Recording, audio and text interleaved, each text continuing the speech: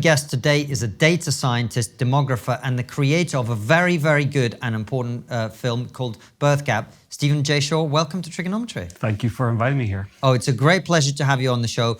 You are talking about an issue that I genuinely think will be the biggest conversation over the next 5 to 10 years that all of Western societies, and actually, frankly, societies outside the West are going to be having and seeing as crucial to their survival, frankly. Before we get into all of that, though, who are you? What has been your journey through life? How do you find yourself sitting here talking to us?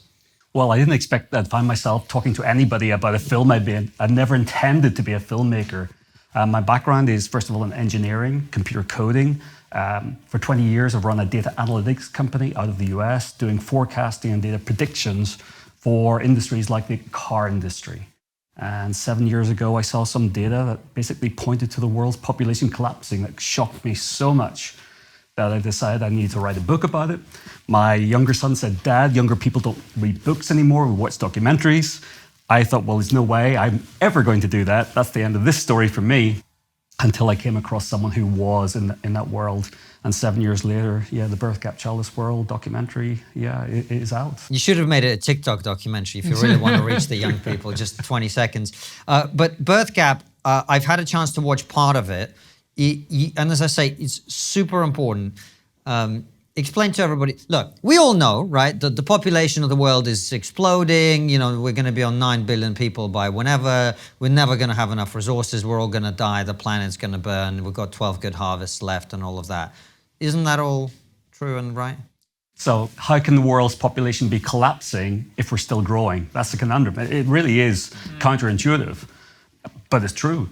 The reason the world's population is still growing is only because people are living longer and surviving longer, in fact, in the case of countries like India, for example, like parts of Africa, where many people would have died in childhood. That didn't happen 30, 40 years ago. So as a planet, we've got a lot of young people who will simply live through their lives. And that's a good thing. But that's not going to go on forever. We know we will max out at no more than 11 billion, possibly a little bit less. But we're aging, so all growth is coming from aging. And if you look at the total number of babies being born on the planet, we hit a maximum around 2014 of 143 million babies being born that year. It's never been higher, and I don't think it will be as high again. More recently, that's down to 132 million. So we're basically 10 million down already in 10 years compared to what we were in 2014. That's globally. That includes sub-Saharan Africa. If you look at countries like where I live, Japan, it's just frightening. And so is China, and so is much of Europe. And frankly, the rest of the world is on the same path. What I'm getting at, though, Stephen, is to people who are not familiar with the issue that we're talking about, which is the fact that we're not having enough kids, basically, to put it simply. The narrative has been for many, many years, for decades actually, that there's a population bomb. There was a book of that name that had a huge impact on how people thought about this. Yes. That the expanding population of human beings on the planet was a fundamental threat to the people who were already alive, but also to the planet itself. And what you're saying is the opposite of that, which is we're not having enough children. Mm-hmm. So how does one reconcile that if it's the first time they've encountered your data and your information? Well, the information we're being given is wrong, vastly outdated. We already knew back in the 70s that the world's population was going to peak. We already knew it was going to peak at around what we are now, and because we saw falling birth rates everywhere at that time, almost everywhere. But the trend was constant. But these voices have been there, and they've infuriated me. I think that's one of the reasons I made the documentary, because I thought, I'm involved in data prediction. I've 3 children I'm trying to educate. They were teenagers at that time to prepare for the future. Why don't I know? And not only that, the clients I have, including some pretty senior executives in industries around the world who I'm talking to about planning and forecasting, no one in those corporations is talking about what we're talking about here, population decline and collapse. So I felt that nobody knows about this. So what are these voices? Why is it that we, through education systems, through the media, are bombarding us with this utter nonsense about population explosions? Yes, the world's population did increase. It clearly is still aging. But the underlying trend, which is what we need to be focused on, is downwards. So something's become institutionalized to educate us. I'm not sure it's brainwashing, but I wonder, frankly. But we're being educated with information using charts where people start telling us the population in the year 1800 was down here, 1 billion. And these curves go up like this, and they say, this is where we are now. And then they stop. And what they might even do is look upwards, implying that we're going up forever. That's what I thought 7 years ago. I'm sure it's what my kids thought because the textbooks they used, they showed me, that's what they showed. But we know that we're going to plateau because there's so few babies being born now. We've known this for a very long time. So anybody who wants to talk honestly about population will be telling you, yes, we went through this, but we know it's going to maximize, going to plateau. We're then going to become a much older planet with people, frankly, who are going to be in need of care and will not probably have the care that they need because the workforces are going to shrink. And then it's going to decline. That's the real story of population. And for many nations, another problem I have, frankly, is when people talk about total population. This is nonsense. What matters to you and me are our own countries, predominantly, or the countries we like to visit, or our own communities, in fact. Taking the total population of the planet, well, fine, but we also need to be looking at what's happening under our own noses. And for the UK, if I can just share with you something. In the UK right now, there are around 900,000 people aged exactly 50. I like that number because 50-year-olds will retire in about 20 years. So 900,000. Last year, there were only 700,000 babies being born. So there's a 22% drop already in the UK in terms of that ratio. Now, in 20 years' time, whenever 50-year-olds go to retire, newborns will be the ones who are finishing school, just about, to take the jobs in the workforce. Countries like Italy are 55% down. Germany's 36% down. Japan's 55% down. So, when I look at that, you realize that life is going to change for so many countries and for young and old alike. I don't know why we're being told this absolute nonsense about population explosions when that was a thing of the past. You touched very briefly on why this is not a good thing. So, but apart from that, why isn't it a good thing? Whether it's a good thing or a bad thing, we need to prepare for it. Now, let's say someone says it's good, someone says it's bad. The world is going to change. And I think anyone surely would want to know how the world's going to change. I assumed that I was educating my kids for a future that was going to be similar to my generation. So putting them on the same path, the same education, same career path. I would have expected a similar, hopefully, retirement path. But when you realize that the structure of societies where typically there's been a much smaller number of older people and a much larger size of workforce, that is shifting to become what I call an inverted world, where there's so many old people to take care of and a shrinking workforce. What does that mean? Well, it means many things. First of all, taxes are going to increase significantly if we're going to be able to keep the same level of healthcare for older people. Something like, I believe, 2/3 of all healthcare costs are devoted to older people. So those are going to expand. I don't know how the NHS is going to cope with that in the UK, never mind health services elsewhere. But you've also got social security, you've also got pension systems. Most people think, I did too, that the money we take as pensioners, I'm not quite there yet, but the money we will get is the money that we were paying while we were working. But it's not. The money we pay in towards pension systems in most countries today goes to pay for current retirees. So any generation is expecting or needing, to a point, younger generations to keep paying in to support those pensions. So this is just an idea of the changes that we're going to be looking at. There are many others as well. So Francis, I'm not saying that the world's population is too small, too big. I'm saying a change is about to happen. And this change will last for the rest of this century. It's going to be a very long, slow, and I think quite painful change. So I just wanted people to understand that the world is not going to be the same for, much of the rest of this century. And so what are the reasons behind this? Why is this happening, Stephen? Childlessness. Whenever I started my research, I couldn't understand why no one had really been able to explain why birth rates have been falling in many nations at almost the exact same rate, starting at almost the exact same time. So if you take Japan, around 1973, 74, there was a very sharp fall in birth rates. Italy, it happened at the same time. Germany, just a little bit earlier. Many people had theories that, in Japan, it's work-life balance. They work too hard. And that, I would say, is probably true. But you couldn't say that of Italy necessarily. In Italy, it was blamed on something else. It was blamed on youth unemployment. Spain, too. Germany had other reasons. But I couldn't believe that this was a big coincidence.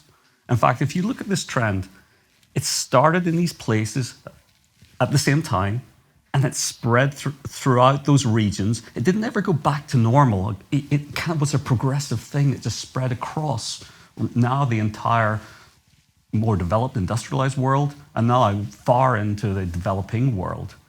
So the idea that there wasn't a common explanation was, to me, almost an impossibility. So I set out to see if I could find a connection. And it took a year and a half before I was even able to come up with an hypothesis. And that hypothesis finally formed in a bar in Tokyo.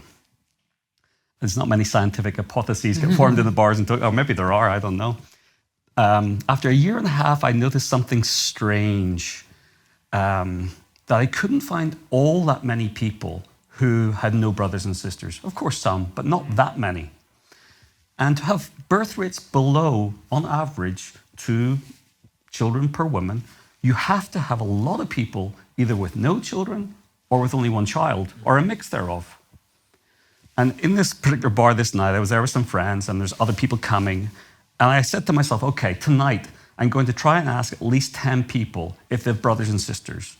And if it's not more than 1 or 2, I think there's a thesis here. I ended up asking 15 Japanese people. And I think 1 didn't have any brothers and sisters. All the rest were 2, 3, 4. 1 even had 7. Wow. And I felt at that moment I have to find a way to analyze childlessness in a way it hadn't been done before. Usually the way we measure childlessness is waiting till people are 45 years old. And that means there's a long lag, and the analysis is a lot more difficult to do.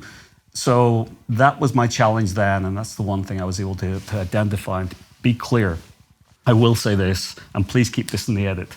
I will support 100% anybody who decides they do not want children. I will be the biggest supporter. This is not about trying to coerce people to have children who do not want. Cut. Repeat.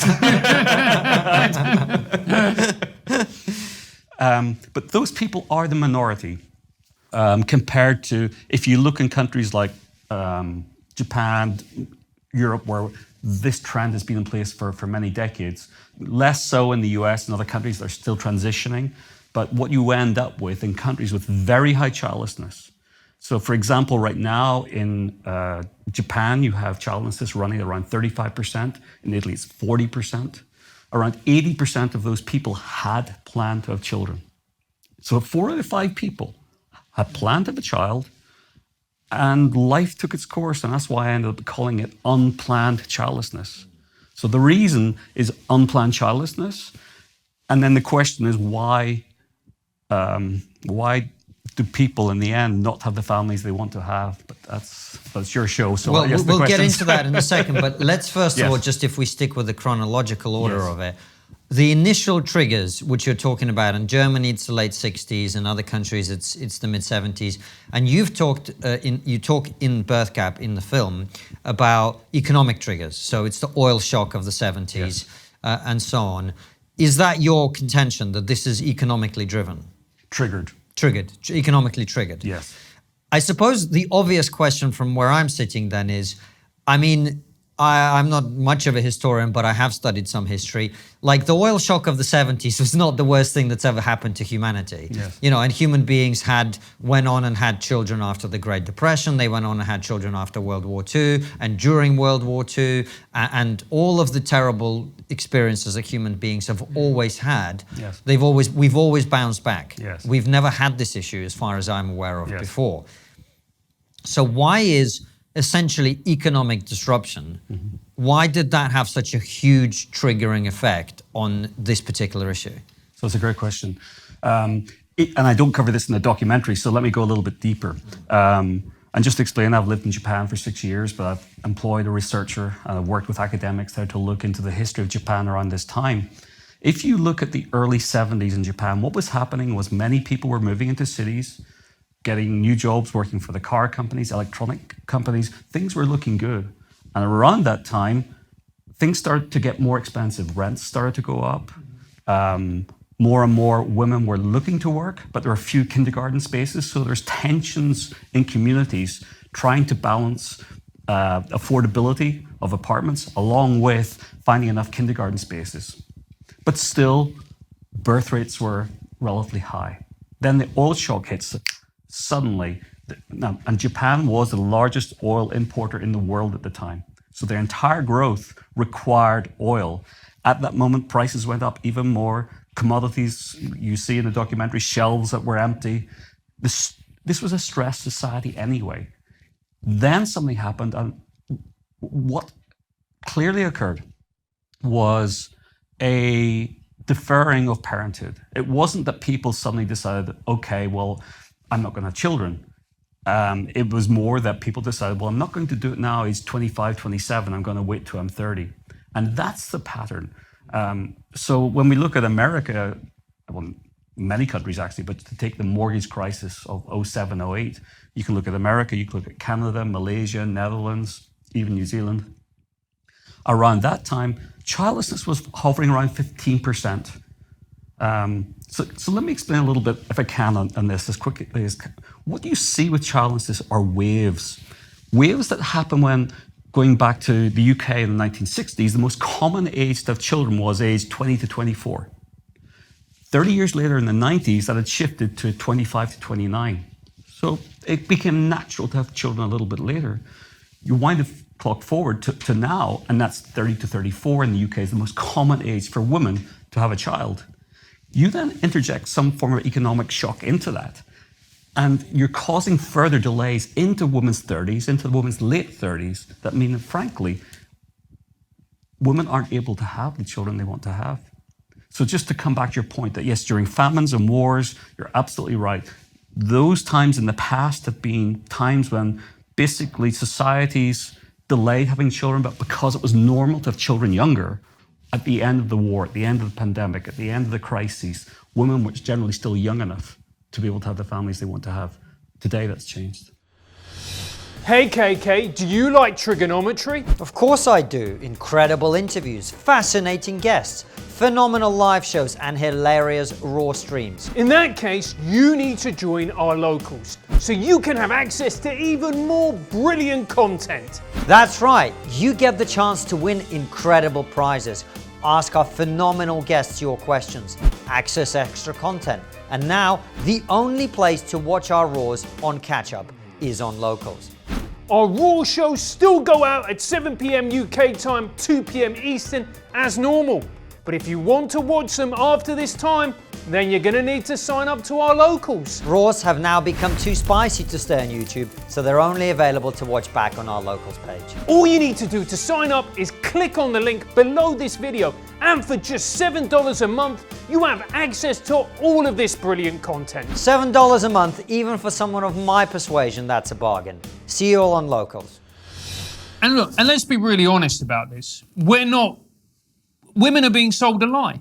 They're being sold the lie of, you can have it all, you can go out and work and have a career and do all of this and then have kids later on in your 30s. And the reality is you're going to be far less fertile in your late 30s than you will be if you have children in your early 20s. That question is going to make such a great little Twitter short, mate. Just you go, the reality is women have been sold down other way. Let me tell you, darling, what's going wrong there. And I have to be a little bit cautious here because... Come on, it's called trigonometry. Just let it rip. Yeah. So, in my words, if I can. Yeah. It's like, just keep the distance away from your inflammatory language. Yeah. Sorry. You're not 100% wrong. You're not. You're not at all. But the way I see, I don't think anyone's doing the selling. And I hope it's going to be easy to kind of explain the reality that has not been shared up until now for whatever reason. I think if you look at younger people, I have 3 children who are now in their 20s. I think young people have, and their parents, frankly, are of the belief mostly that if you get an education or training, it's then a good thing, clearly, to get a job, to get a career, build on that to a point of stability, and then maybe in your 30s, why not? What we're not aware of, for whatever reason, is that women's fertility, A, falls much faster than expected, that there's a lot of variability in it. Some women are very fertile to 40 or older. Some lose their fertility by age 30. So we don't know about that variation out there, therefore the risk. Also, we don't know that the quality of a woman's eggs. A woman is born with all of the eggs she will ever have in her life. Women do not make new eggs. So 2 things happen during that time, and it's covered in the documentary of Kim Kardashian's fertility doctor include to explain how this happens. You lose both the count of eggs, but you also lose the quality of eggs. And then a 3rd thing happens, which is the ability to carry a baby to term. The risks associated with that go up. So to be honest with you, and you'll see it in part 2 of the documentary, which is not quite out yet, a little bit in part 1, where I started asking women in their 40s and 50s without children, had they intended to have children? And it was a very delicate subject. And I have to say, people watching this in this situation, these are people internally grieving the fact that they had never families. And you see deeply emotional scenes. And it's heartbreaking. It's absolutely heartbreaking. It's, something that I think we should know more about. As a society, just the fact that we've got to be sensitive to people.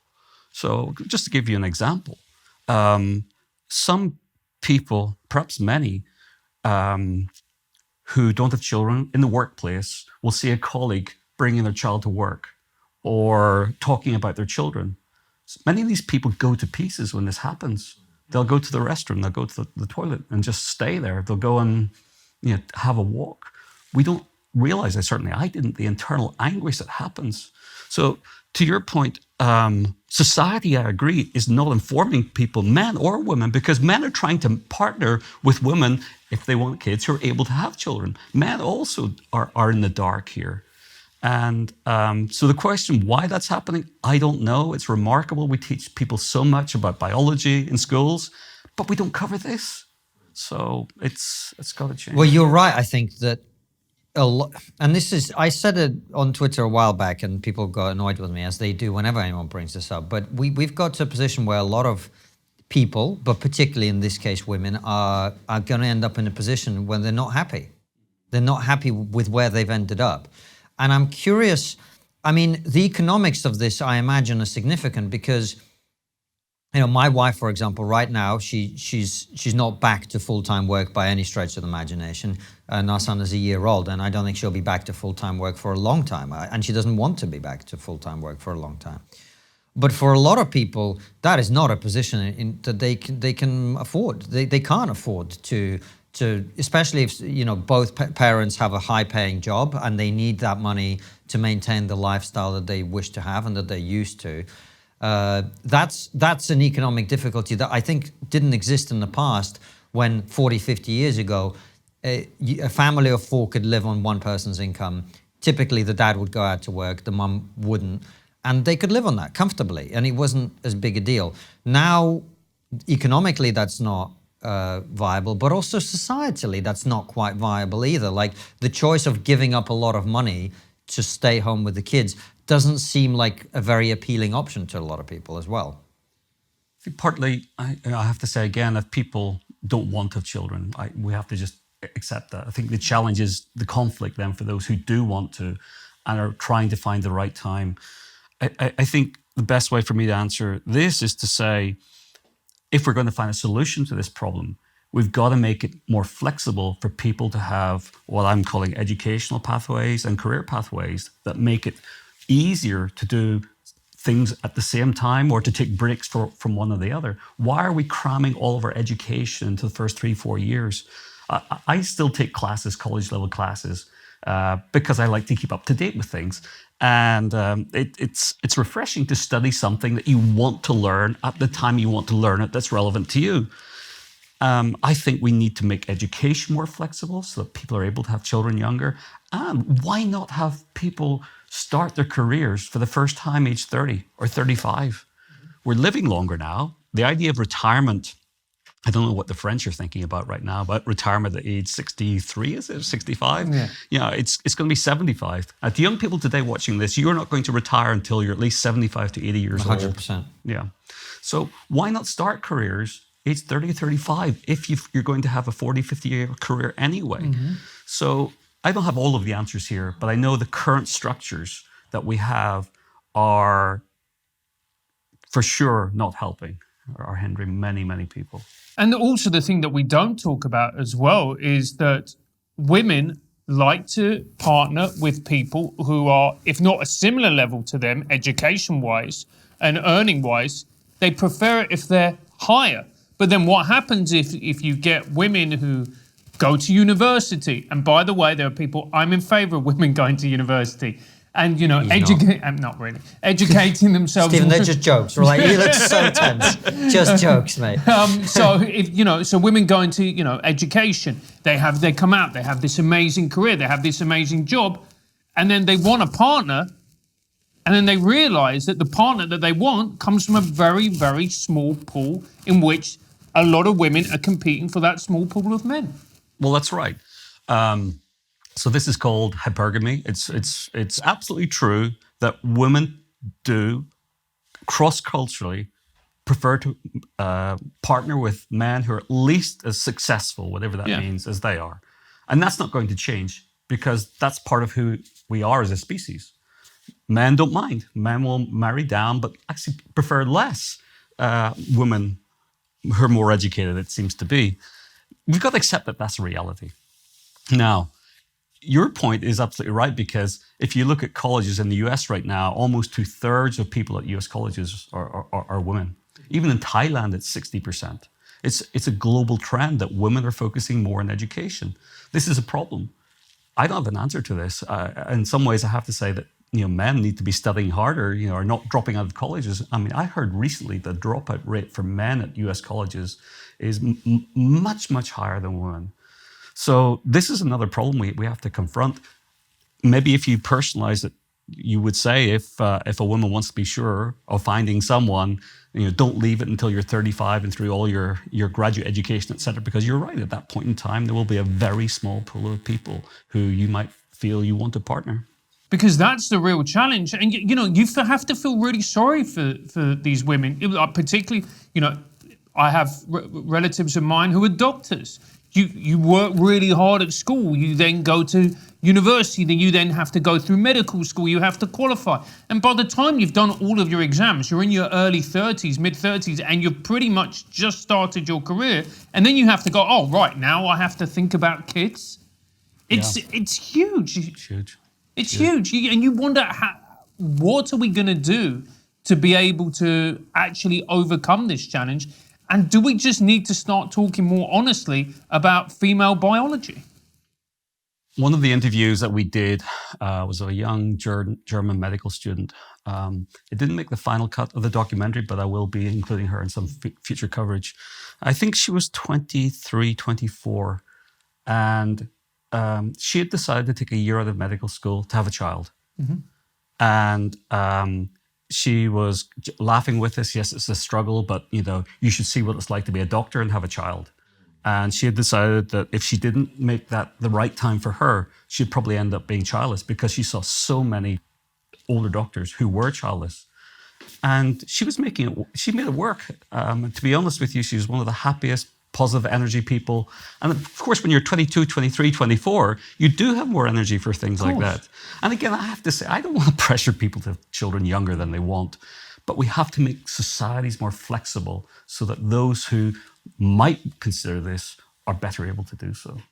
Well, look, none of us wants to force. This is kind of, I think, part of the reason that we can't have this conversation the way we need to is you and us, to some extent, are very tense about coming across as telling other people what to do. None of us, just to be clear, none of the three of us wants to tell women or any other human beings how they should live their lives. Right. However, we are also starting to see that some of the ways we've been living as a society are not, generally speaking, creating the highest amount of fulfillment, meaning, purpose, and happiness for people, right? And so we should be able to acknowledge both of those at the same time. Yes. I think that's really, really important, actually. And, we make all the jokes about it to diffuse the tension, but I know exactly why you are very careful about this, because it's a very difficult issue to talk about. And we'll come back to talk about the issue itself in a second, but one of the ways that this difficulty of this issue showed up recently is your experiences at Cambridge University. Tell us about that. Or my lack of experience. Your lack of experience, yeah. So I was invited by a student at Cambridge University to give a presentation to show the documentary and a Q&A, and I was greatly honored. And any students who want to invite me to universities anywhere, I'll try and be there. The student's name was Charlie Bentley Astor, who I didn't know at that time, but I've got to know her quite well since. And she explained that at Cambridge University these days, it seemed to be quite a thing to protest. And that she warned me we might have some people who were upset by the documentary. Well, when I first heard that, to be clear, I've screened the documentary 40, 50 times, including to universities, international students, from various podcasts. I think there's now over 15,000 comments have been written about the documentary.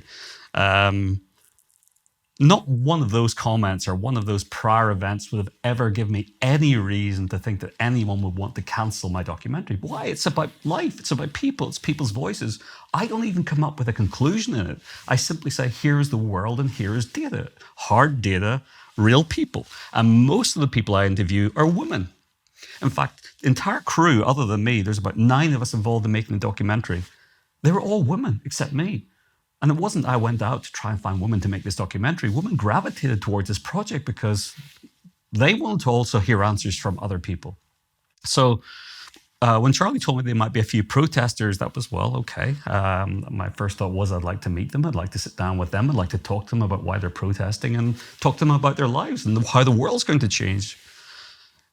What actually happened was on another scale. There were protesters in the street a week before the event took place. Varsity Magazine wrote a hit piece on me, challenging the documentary, but giving no reason for it whatsoever. Yet no one ever contacted me. No protester said, hey, Stephen, can you explain this data? They didn't even watch the full documentary. They only watched the intro to it.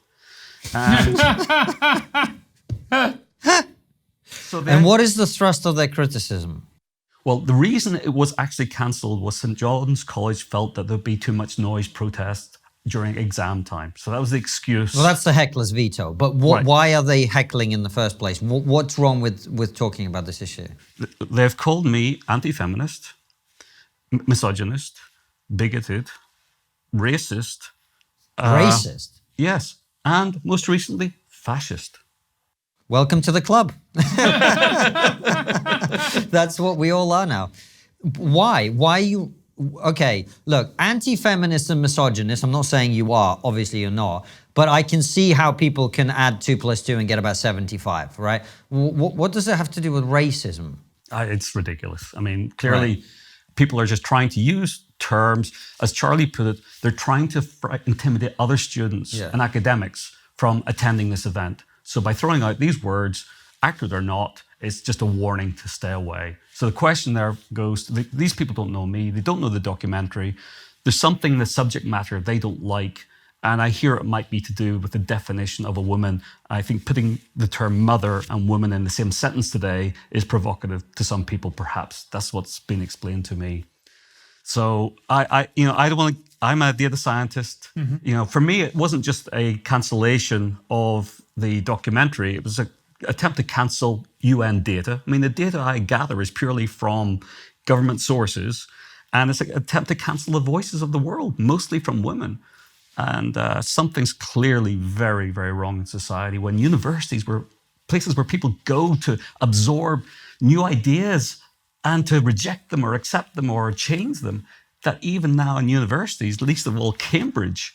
So I'm actually going back next week. We're going to try one more time before the end of the semester to screen it.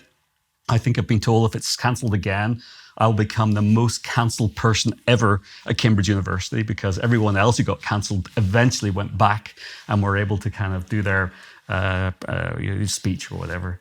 So we'll see what happens next time. I didn't know this part of it. I thought the reason that they were upset with your documentary is, you were telling women to get back in the kitchen. That was their interpretation. But it's not. It's the mere idea that mothers are women, essentially. To be honest with you, no one's given me a specific reason. I mean, even if you read Farsi, there's no specific reason why this documentary is in any way upsetting to anybody. So the interpretation I've just given you is what I've been told, that the group of people, the 90 people who were due to come and protest, often protest against trans-related issues. And that's very sad. I mean, and these are people I actually want to reach out to sit down with, to talk about their lives. And I hope I get that chance at some point. That's because you haven't met them. Anyway, I'm just kidding. But Stephen, moving on, there's part of this which I feel we're not talking about, which is fertility levels are also dropping as well. So I was reading about certain studies that were looking at male fertility and saying the quality of sperm in, I think it's something like men in their 20s, is inferior to quality of sperm of men in their 50s. And how much of an effect is that having on this particular? This comes up quite a lot. And the answer is, if it is having an effect, we haven't really seen it yet. It may be starting to be part of the data. We'll see in future. But one thing I'm very sure of, that is not the reason for the start of this trend. This trend started in the late 60s and 70s and has basically been on a continuum since then. So applying modern or more recent possible explanations doesn't work out. I get perhaps the most amusing one.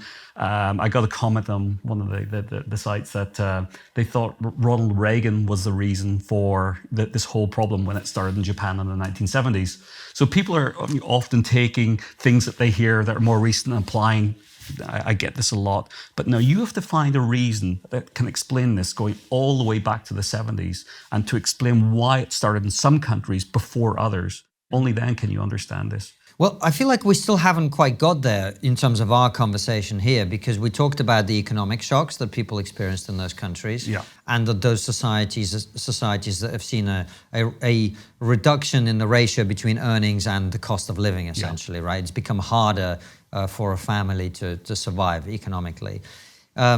But I still feel like there's got to be some kind of cultural / psychological dimension to this, where we have become more risk averse. And I think we see that in other areas of life as cultures generally.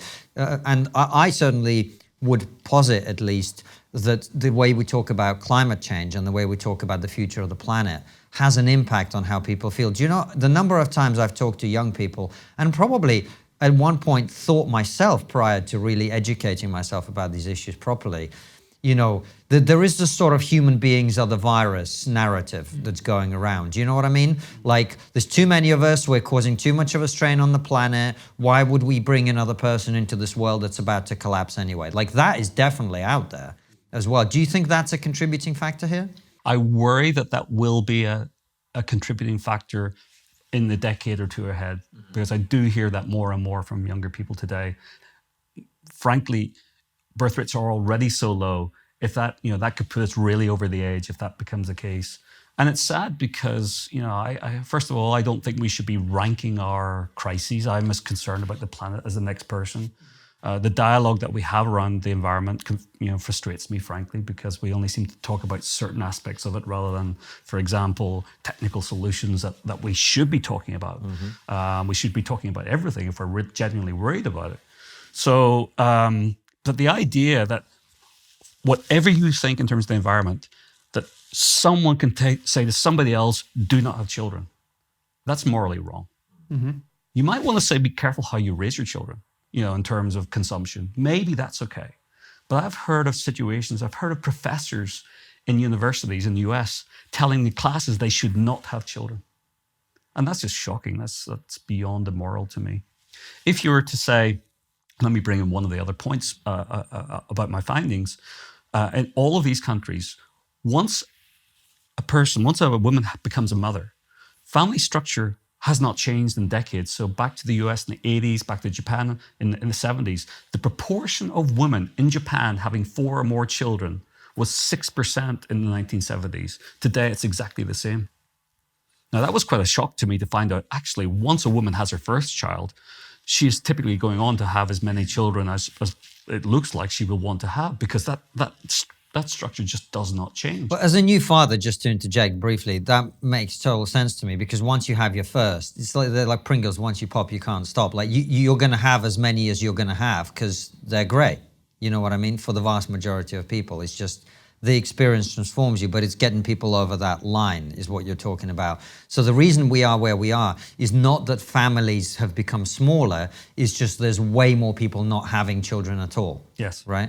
But I still feel like we haven't quite got to why that, my sense is my cultural and climate related explanation you feel is much more forward facing. But in terms of why we have dealt with these economic shocks and the cost of living issue in the way that we have, do we have any sort of sense of why it is that for the first time in probably human history, we're whittling down our own society? Do we have an idea of what that is? Well, to go back to these triggers, the oil shock, the mortgage shock, etc. Also in Korea, the currency crisis of the mid-90s. There's multiple examples of this. What you find is a very quick transition to high childlessness, but it never goes back. So it locks in. So the question to talk about the culture around this, societal norms change in some way that lock in a new pattern, and that pattern is one where people have children later. So I think what's happened is, frankly, as societies, and I mean, this is cross-cultural. I mean, you look at Japan as a culture, you look at Europe, different parts of Europe, the US, even Brazil is suffering from the exact same problem, even Russia and Ukraine. So you look at all of these places and you find that across all these cultures, once people start delaying parenthood, it gets locked in. And I equate this a little bit. In Japan, we have words for this. The person who was hired a year or two before you is called senpai. So everyone has a senpai, and senpai has a senpai.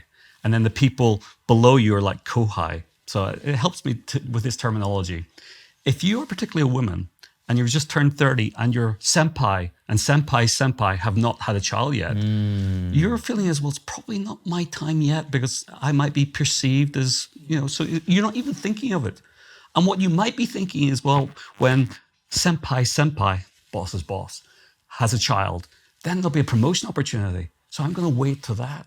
So I think the world kind of welcomes people to kind of delay parenthood around this. So it becomes a cultural phenomenon, but yet it's cross-cultural, if that makes sense. That makes perfect sense. So essentially, once you've had the transition from having children young to not having children young, it becomes a locked-in cultural phenomenon that people essentially mimetically take on from others around them. Yes. And then you add to that the economic rationale for, well, I'll get my career sorted first, then we'll have kids. And because of that, as you say, 80% of the women who end up being childless did not intend to be childless. In countries that have gone through the full transition. Yeah. So in the US, there's a lot of women right now hoping to become a mother who are aged, 35 to early 40s. And just statistically, you just look at the chances are not high. I mean, that's one other fact I love sharing if I can. Please. Yeah. That in every country except one, and the one is Israel, I'll talk about in a moment. In every country I've looked at, women turning 30 without a child only have a 50-50 chance of ever becoming a mother. 30. In Israel, it's 31. It's just a little bit older. And when I ask people on a survey, what age do you think it's 50-50? 40 was the most common answer. So again, we have this mismatch about what is possible. We talked about fertility, but fertility is not the biggest reason people aren't becoming parents. It's because they're not with a partner at that right time. So they're working on their career, 32, 33. Maybe they do have a partner at that time. Now everything's good for one of them, but maybe the other partner isn't quite ready. Or maybe there's a breakup or a divorce. Or maybe you actually don't have a boyfriend, girlfriend, partner at that time. Not having a partner at the right time is the biggest reason. And that's what I wanted to tell people at Cambridge was that, one of the comments in, I think, Varsity magazine from one student, a medical student, was that they don't need to be told whether they want to have children or not. What I want to tell them is actually it takes two to have a child. And finding a partner at the right time is therefore really important, and most people skip over that. Do you have a website, or do you plan to have a website? Because if you do, then easyDNS is a company for you. easyDNS is the perfect domain name registrar provider and web host for you. They have a track record of standing up for their clients, whether it be cancel culture, deplatform attacks, or overzealous government agencies. He knows about that. So will you in a second. easyDNS have rock solid network infrastructure and fantastic customer support. They're in your corner no matter what the world throws at you, unless it's your ex-girlfriend, in which case you're on your own. You know about that. Move your domains and websites over to easyDNS right now. All you've got to do is go to easydns.com/triggered. That's easydns.com/triggered. Use our promo code, which is also triggered, and get 50% off the initial purchase. Sign up for their newsletter, Axis of Easy, which tells you everything you need to know about technology, privacy, and censorship. And it's also the fact as well, we're talking about the 60s and population collapse. I mean, the pill must play a massive part in this, surely. No. Correct. So you would say so, and the counter argument to this is that in Japan, the pill was not made legal until 1990. Really? Really. And do you know, even today in Japan, only 3% of women take the pill. 3. It's incredible. I didn't know that till quite recently. But let's go back. So the pill, I guess, late 60s, 70s, became commonplace across much of the industrialized world. And we, like you, many people, me too, I'm sure in the past would have said, oh, the pill has enabled women to... Well, in Japan, there was no pill. What happened instead was a huge increase in abortions there. So with or without the pill, women were able to decide whether they want to have children or not. So you have to put that... And by the way, I have to say again, a caveat, I do not want to have any say on whether a woman wants to have an abortion or not. That's her choice, not my business. So the fact that it's the pill alone, that's what I said no to. But for sure, women have a lot more control over their biology. But unfortunately, we are not educating women well, or men, on how short fertility cycles can be. And it's also as well that now women are being fed this, this story that, and look, it works for some women as well, where they go, well, technology is getting better and better. You can freeze your eggs. I've heard certain companies say to female executives, oh, we will freeze your eggs and we will pay for it, which you think sounds great. And you're going, hang on, that's really dystopian. And it's not just executives, it's young recruits, young women being brought from university are being sold this as a benefit. And when I first heard of egg freezing, I thought this was a great idea. I thought this is part of the solution. But the more I thought about it, when I realized people are just delaying parenthood until they don't have a partner or they don't have energy. In a way, I love the way you pointed at me. Mate, I haven't slept for a year. I haven't looked this good for a year. Don't point at me when you say they haven't got energy. So I've got 40-year-old dad energy. That's what I've got. I'm sure you do. Now I've lost my track No, completely. I'm so sorry. You were talking about egg freezing Yeah, and people delaying parenthood to Yeah. a point where they're old, like me. Well, I think it's dangerous to assume that egg freezing will en masse solve this problem. It may solve it in a very few cases, and that's wonderful. I've got a fertility doctor in Tokyo who's just working with me right now to say, how can we let people know that this really might be a last hope resort that may or may not work? So I think we have to put everything in perspective.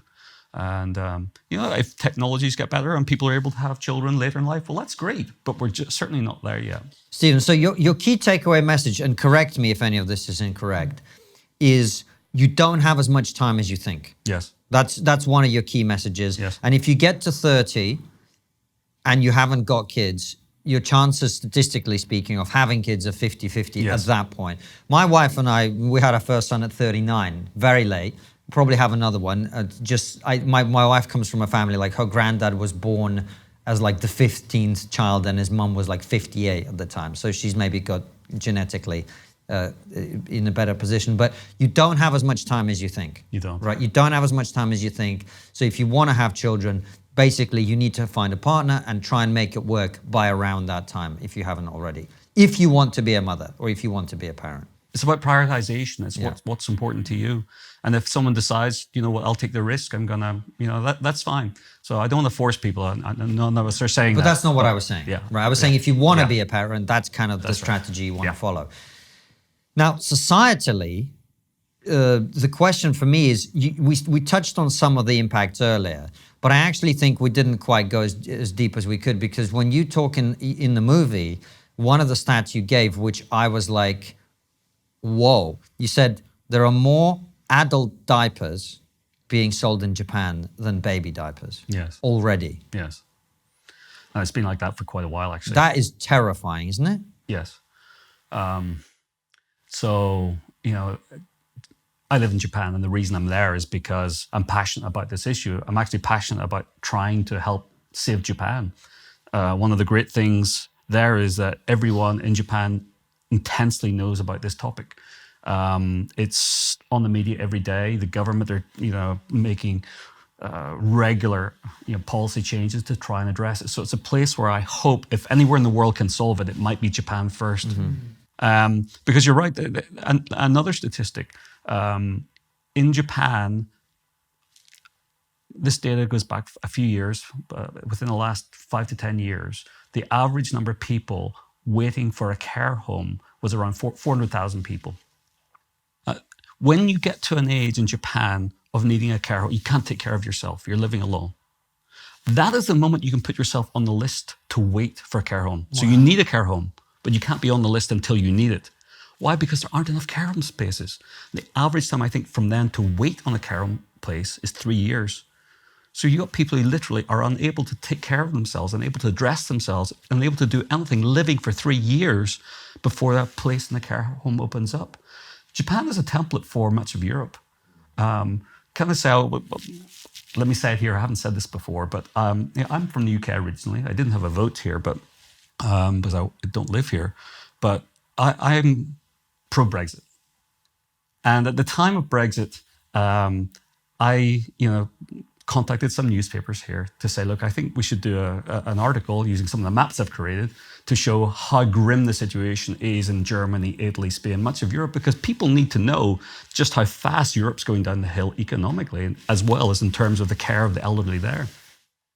And I used the slogan, if you like, or I was using the term, it's safer to be out, because of what's going to happen in Europe with this rapid aging of old people that's already well underway. And so it's not just Japan; it's on our, or on your shores here in the UK, and it's catching up so much, so fast in so many parts of the world. And I think what people probably haven't been able to quantify, but it's undoubtedly the case, is an aging society changes everything.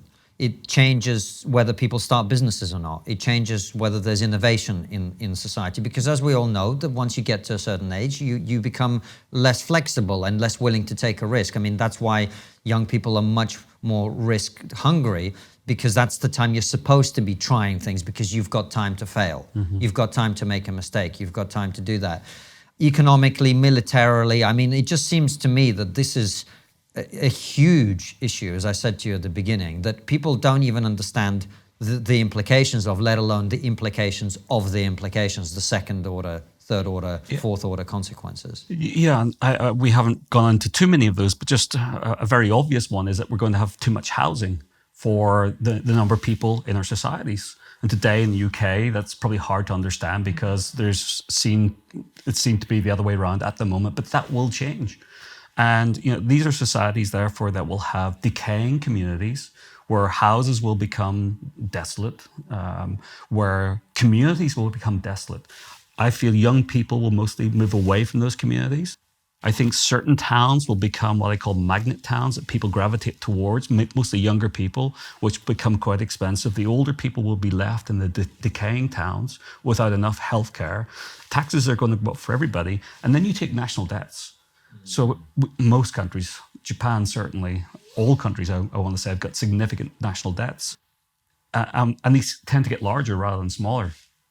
Well, if you have a shrinking workforce to pay the interest on those, I mean, you're going to have a real pressure on the younger people to continue to have anything like the quality of lifestyle that we've had before. So communities are going to look different. I really worry about loneliness in all of this. We haven't used that word yet, but that is a core word that I think that we need to apply. It's not the right word. People who don't find a partner, people who don't have children when they wanted to have children, are likely to face a level of loneliness. And there's many support groups online already for this. You can see, you can read the stories. You can even read the stories. I imagine after this podcast, you'll see comments coming up of people in this situation who left it too late, dealing with a level of loneliness. But then you take older people. So there's a community in Japan where I visited where 50 years ago, it was filled with younger families, and today it's only older people. But it's mainly older women living there alone because men tend to die younger. So you have this situation where we went to the local grocery store and we hear that these women come out maybe once a week to do their shopping, and they're spending forever talking whilst they're paying for their groceries, because that's the only person they're getting to talk to weekly. And we've got to do something about this. Clearly, we can't let people remain in their apartments without a sense of community. But we're going to have to think about so many issues, so many problems that come out of this that we're not scratching the surface of yet. And Stephen, sorry, Francis, I wanted to ask just one other question on this. Other than sub-Saharan Africa, where people are very happily breeding away and enjoying big families and all of that, and there's fewer childless women, I think. Am I saying anything that's incorrect there? Yeah, but I don't think they're enjoying having bigger families. The reason people have large families is typically because of extreme poverty. Yes. Mm-hmm. Once you put in running water and opportunities for education, that changes completely. Right. So what you can say is in sub-Saharan Africa, where people are having fewer children year by year, it's quite significant, but still there, you have extreme poverty in many areas, and that's causing larger families. I think it's a better way to put it. Okay, that's a more accurate way of putting it. Is there an antidote? I've spoken to some people from Israel recently, and they're telling me, Jerusalem is the best place. There's kids everywhere, blah, blah, blah, blah, blah. Does Israel offer some kind of solution? Like, where can we look to for some answers to this? So there's two places that are interesting. One's Israel and one's Hungary. Israel is a very stratified society. I've never been there. I hope to go this year, but I can see from the data very clearly you have quite high childlessness and rising childlessness. It's about 20% there now, but you have 15% of mothers having 6 or more children. Right. The Orthodox, I imagine. People tell me that. Yeah. But there is something interesting in Israel. The most common family size in Israel is 3 children. And that's quite rare. Usually it's 2. Mm-hmm. So is there a learning there? Perhaps. Again, I don't ever want to tell someone to have more children than they naturally want. But I don't think we're going to get 15% of mothers in other countries having 6 or more children. That's just not realistic. Hungary is the other one where they have a lot of policies. For example, in Hungary, if you're a young couple, you can get a loan to buy a house. And the loan will increase depending on how many children you effectively commit to up to 4. So you're going to get a bigger loan to buy a bigger house without even having had your first child. If you don't have 4 children, well, you have to pay some of the money back. So you only get the benefit of this loan when you actually have children.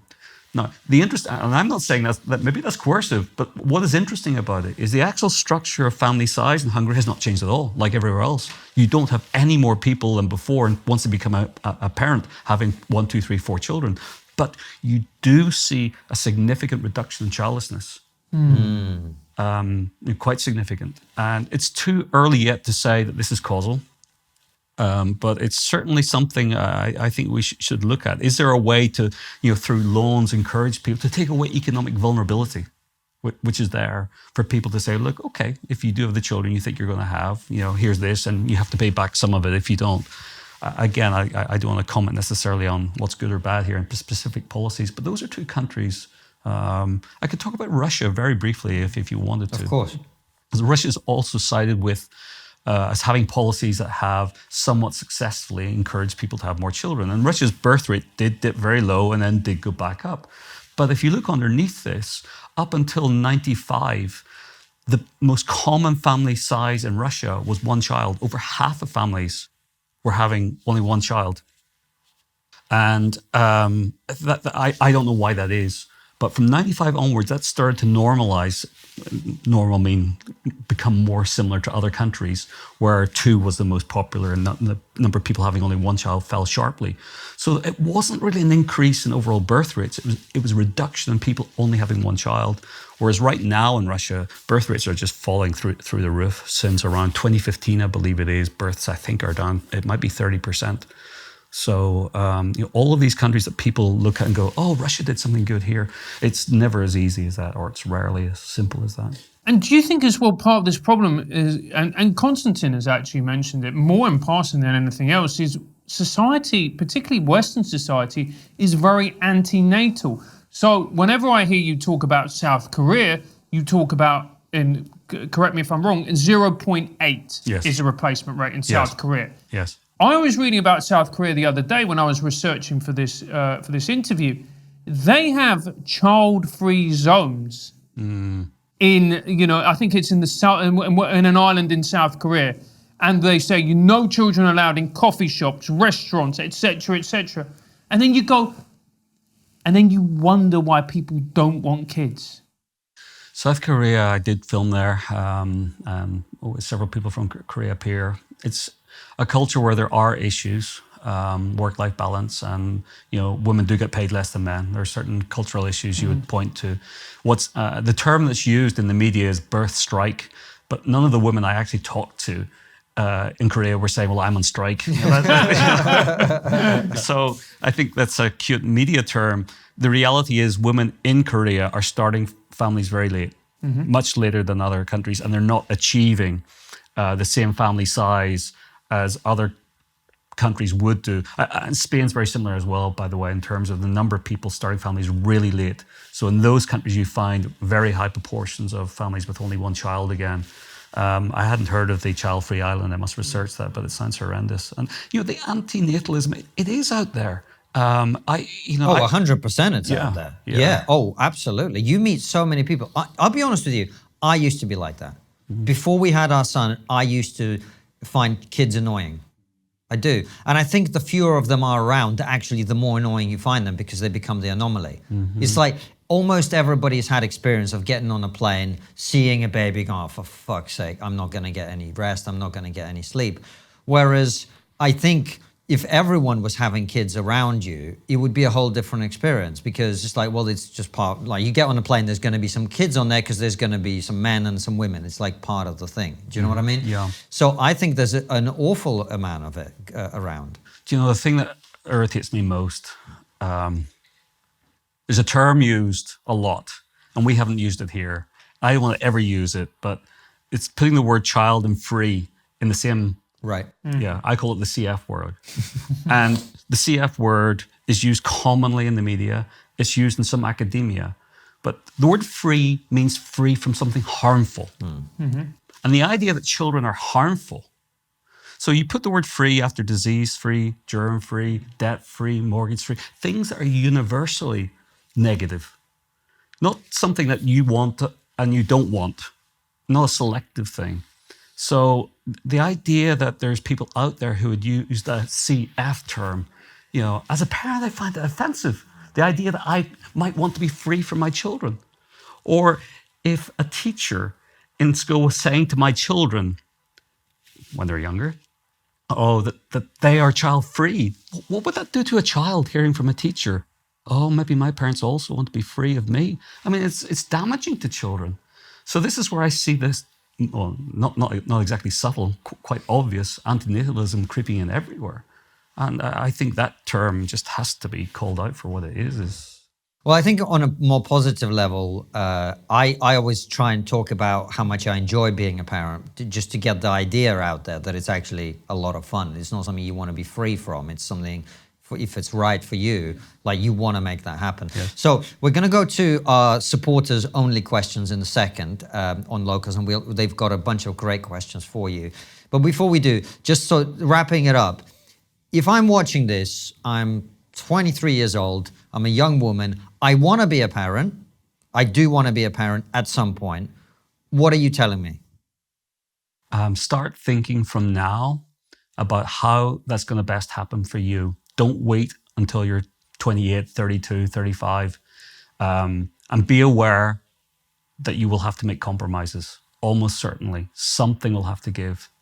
And if you don't make that decision for yourself to have a child, yes, unplanned childlessness will be the consequence. You may have your career, and that might be fine. You may have friends, other extended family, that's fine. But the thing that is most likely to give is family if you don't in some way start to consider it from age 23. And if I'm a policymaker listening to this, because there are some of those too, what are you telling me? Show this documentary in all your schools. Or start education about this in schools, because people need to know about fertility challenges from high school age. They need to know that there's only a 50% chance of becoming a mother. A man that's only a little bit older too. People need to know that when they're planning their lives. Policymakers spending more money on, enabling people to have children may be a good idea. More kindergartens, that might be good, but those things don't fix the problem. They never have, and I don't think they ever will. It's about information. Information. It's been an absolute pleasure having you on. Before we move to Locals, our final question is always the same. What's the one thing we're not talking about that we really should be? Well, unplanned childlessness. I know I've already said it. Yeah. But I'll say unplanned childlessness in a broader context here. We've talked a lot about women becoming unplanned childless, but it happens to men too. And how it happens to men is we think we can wait and wait and wait because technically, mostly, we're able to have children later than women. But do you know what happens? Age 45, you're competing with a 35-year-old version of yourself to find the same woman who's able to have children. So there are actually more childless men than childless women. And I think men need to understand that this applies to them just as much. That makes a lot of sense.